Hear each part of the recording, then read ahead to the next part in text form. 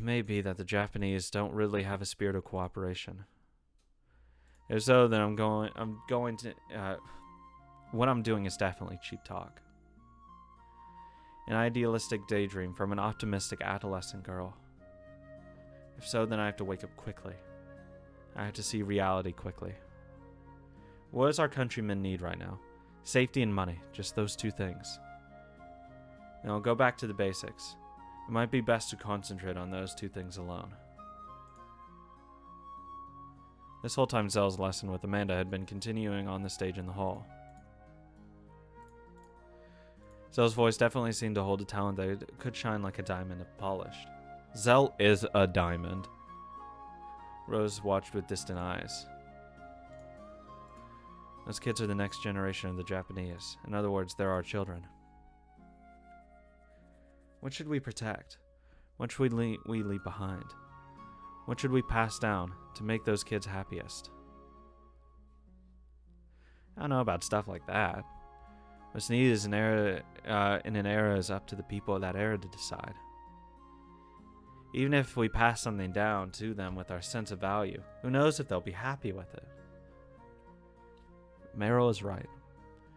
If it has to be something, then I'd say it's the right to choose for themselves. Stella, correct. 2 queens, yes! Huh? Rose turned around with a truly surprised look on their face. Stella didn't think she said anything particularly important. She just chimed in to fit the flow of the conversation. Stella, what did you just say? Sorry, I was just talking at random. That wasn't random. Say it again. What did you just say? I was thinking about what it is our children in the future want. I said it's for them to decide, not us.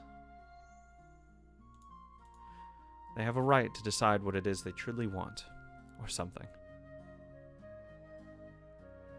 Even Stella didn't really know what she was saying anymore. However, Rose looked at her as though she'd found something incredibly important. Still, I get that. When I was a kid, the clothes my parents got me were always so uncool.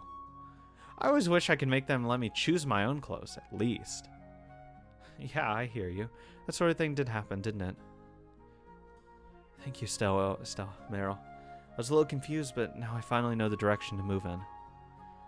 I just now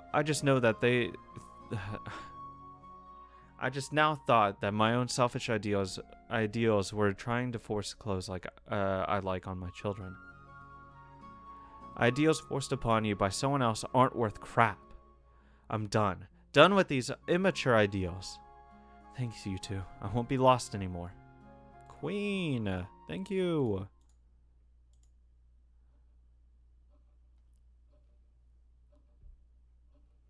As I listened to this tale, I remembered a story I'd heard from my mother. We in the younger generation didn't know much about Madame Rose. She's not on the net, and you won't find her name mentioned in wikis. However, my mother's generation heard from their parents. They had heard Madame Rose's name. According to my mother, many people who knew Tokyo during that time knew of Madame Rose as well. However, they avoided talking about her. In fact, when I asked my father about Madame Rose, he walked away, looked upset, and refused to talk to me. Why? Madame Rose was the savior of her Japanese countrymen. She had been praised as such since the formation of Primavera, but her reputation eventually changed. The Soy Sauce War. The war in which Madame Rose tried to regain Japanese pride and culture, only to be betrayed by her countrymen. Fucking spited for being great. This was when Primavera slowly began to change its focus. I'm sorry to Madame Jean, who's been telling me this story in such great lengths. But in fact, I've already heard more or less how this long tale ends.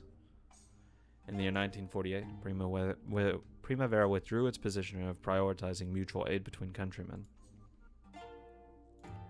Primavera, which had been viewed as a group of heroes by the city folk, ended up degrading into a violent organization that was even called a rival of the Caleb family.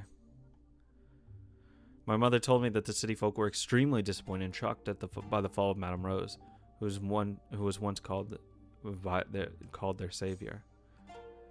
She wasn't called a villain, but she wasn't called a savior either. The people chose not to have an opinion about her, historically speaking. Speaking Madame Rose's name became taboo, and everyone refused to speak of her.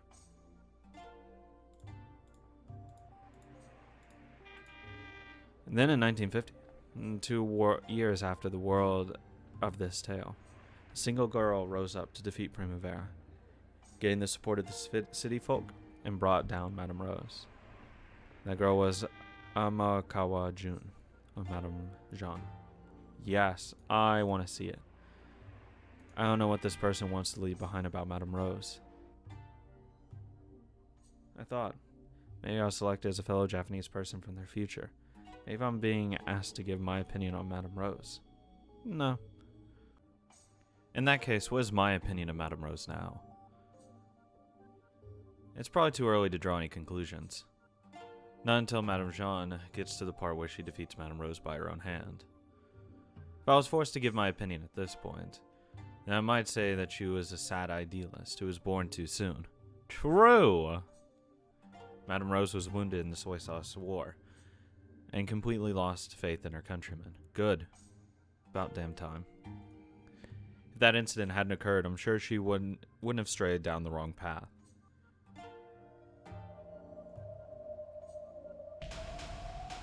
Boom. My score goes down. Nice. Oh, it stayed the same emblem. Thank you. When am I gonna cross like 100 fucking million? Or is it 10 million? I don't know. Either one. I need to. And before that's like the fucking cab. Too famous. Stop. The hall of a luxury hotel in the City 22 was filled with camera flashes of many Chinese journalists. The flashes were directed at two people. A high official from the Chinese occupying forces and a suited man who appeared to be American, slightly past middle age. When the pictures of their handshake were all taken, they sat down on sofas, chatting through interpreters. The high official was Major General Zhao, head of the GHQ's Department for the Strategic Promotion of Culture and Arts. The SPCA. Thank you. The name of the department may be long, but put simply, it dealt with culture for the masses, such as movies, music, and plays. In the pre-internet age, newspapers, magazines, movies, and music were extremely important as a means of propaganda for the masses. Thinking that's changed. Silly. America and China raced each other to build and screen propaganda movies for free. In this era, Japanese children who had no leisure activities often visited propaganda theaters of that sort. Sounds fun. That area was America's specialty, but China was actively moving into it so they wouldn't get left behind. This chatting American was a movie director. What? Director Kazan, what are your thoughts after you stay in Japan? To be honest, I was quite surprised. I heard Tokyo sustained incredible damage during the 1944 disaster. But look how far it's been rebuilt. Can we get your thoughts on the restoration of the Chinese military areas in particular? You know what? I don't want to fucking talk about that. Okay, that part can stay the fuck away. Okay. Nearly all the reporters were Chinese. It was a natural question. America and China were putting their names on the line, racing to rebuild Japan. They wanted more than anything for an American director to praise the reconstruction brought about by China. I was able to see several Chinese military district cities as well. They all had wonderful, modern cityscapes. Okay, Director Kazan, give high praise to the reconstruction of the Chinese districts. Fuck off. What do you think about the China-American Friendship Film Festival? It was a wonderful cultural experience. I think it would be wonderful if such an experience led to peace between the two countries, not the whole world. Also, I'd like to express my thanks towards Mr. Zhao for proposing such a wonderful experience. Oh boy. They were covered with the relentless flashes again. Then the reporter showered them with questions once more. As they did, Director Kazan Kazan clapped his hands as though he had just remembered something. I have to go. Oh yes. As for things that left an impression, I've got one for you. There was a night when I wanted to be alone. I went for a walk and stumbled into a certain bar. Oh god. At first, not those strangely energetic place, but I'll never forget the songstress I met there. Oh, it was fucking the plant. A songstress. Who was it? Which bar? Well, I was walking about a random, so I can't remember where the bar was. Still, I'll never forget that girl's voice. Shocked me. I think I'd bump into such an angelic voice, so far from my home country.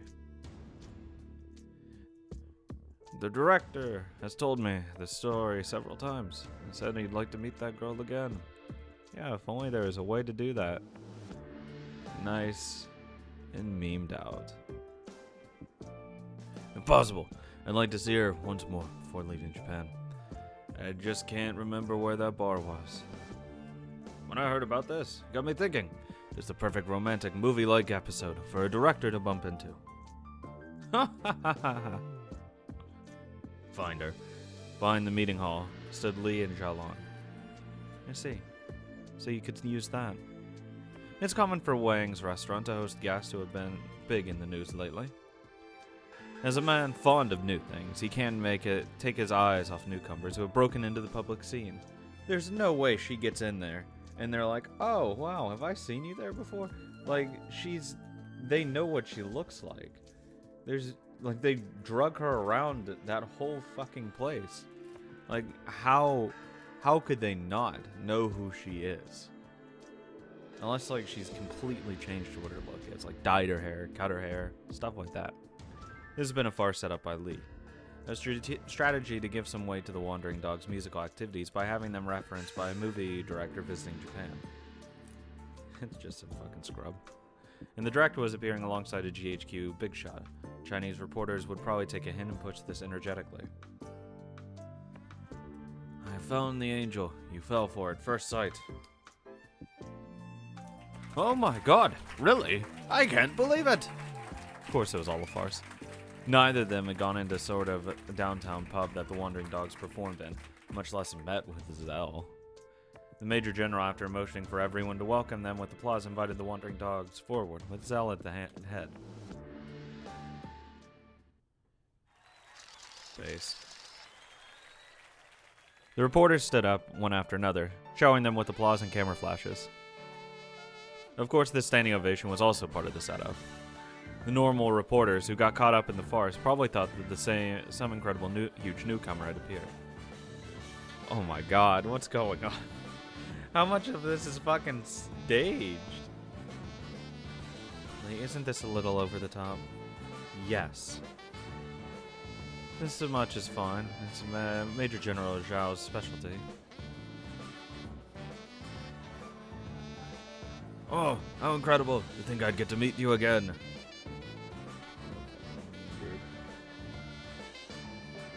It's an honor to meet you, Director Kazan. I never forgot that night I heard you sing, "This is a miracle!" Everyone, allow me to introduce them. This is the roaming band, the Wandering Cats. They don't like dogs. Move along. They're all orphans who lost their relatives in the war and the disaster. However, they gathered together amidst the rubble, formed bonds of friendship by overcoming many trials, and formed a 4-man group. So you thought you went through all that? Incredible. Now I see how you were able to put so much spirit into your music you're singing. War, disaster. I can imagine how much you Japanese boys and girls must be suffering in present Japan. It's true that we've suffered from misfortune many times. That's what America's for. We're here to make it all better.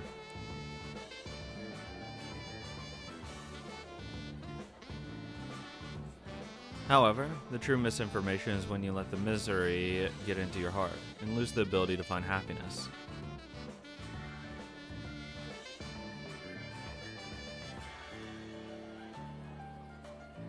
We use music to find a tiny ray of light peeking through the clouds of misfortune. We'll keep moving forward toward the light.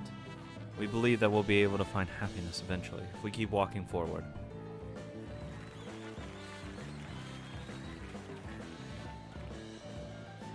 Zhao's splendid Chinese speech earned a big round of applause from the reporters.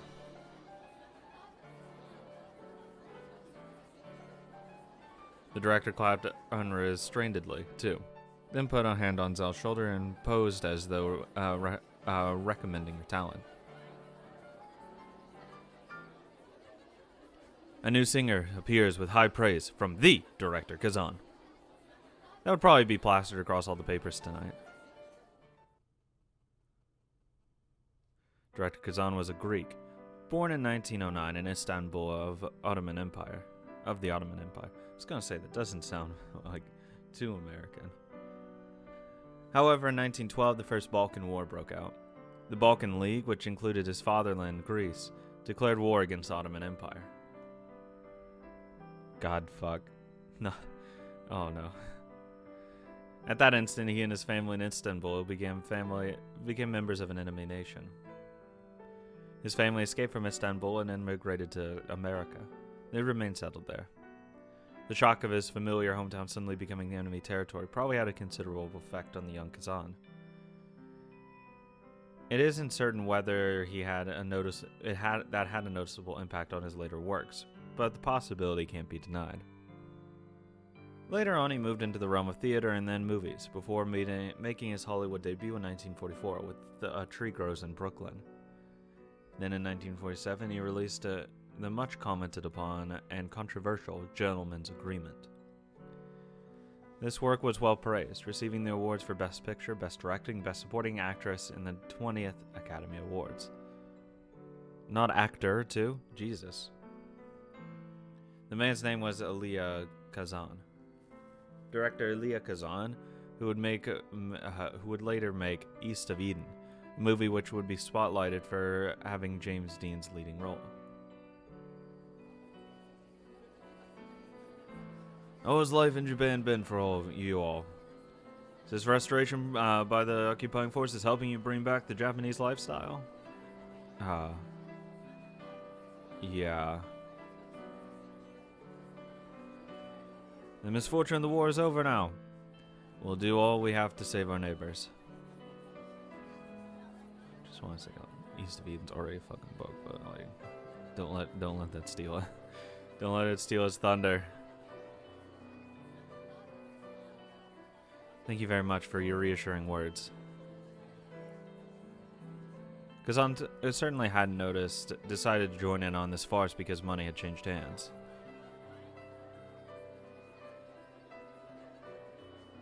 He was Jewish himself in that era. They had it rough even in America. Yeah, no shit.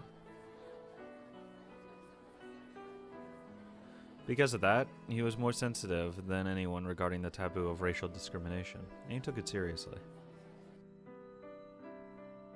Even the Academy Award-winning Gentleman's Agreement took up the issue of discrimination against Jews. A certain writer pretended to be Jewish to gather materials for an article. As soon as he did, the people in the city changed suddenly. All sorts of people began silently rejecting the main character, who was claiming to be Jewish. It was a work that fiercely attacked their unwritten law, that gentleman's agreement of racism. Because he was a sort of person, he was probably very understanding of how Japanese Americans suffered in wartime in America. After the outbreak of the Pacific War, Americans of Japanese descent became members of the enemy nation overnight. Yeah? Internment camps got fucked. That was similar to his own past.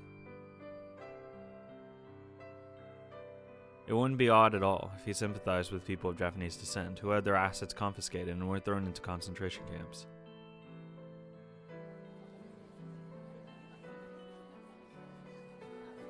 For all these reasons, one could say it was natural for him to sympathize with Japanese people in this era. When he was told Japanese orphans who have formed a band and are making a name for themselves in downtown, so could you please support them? Kazan couldn't refuse. Certainly, racism is still prominent in the world. Same. People who deny them are simply ignoring the silent gentleman's agreement. Gentleman agreement, I assume here being like, just the nod and shit. Even in my America, Japanese people were the pitiable targets of discrimination. It's a disgrace for a civilized nation. Dude, we didn't even have the fucking Civil Rights Act yet. Calm down. We weren't that good yet. Should we understand the events within Gentleman's Agreement to be a real problem in America rather than the fiction? That is correct. As an American, I found it necessary to protest those shameful crimes against humanity. Racism fucked. There you go. Send tweet. What am I? Unfortunately, he's gotten quite passionate about this. Hey, that includes you fucking Chinese guys. Hey, stop being racist to Japanese people here. Stop being fucking nationalistic. It's cringe. Alongside the director speaking fervently about the problem of racial discrimination, the Major General was chuckling. Yeah, because he probably likes it.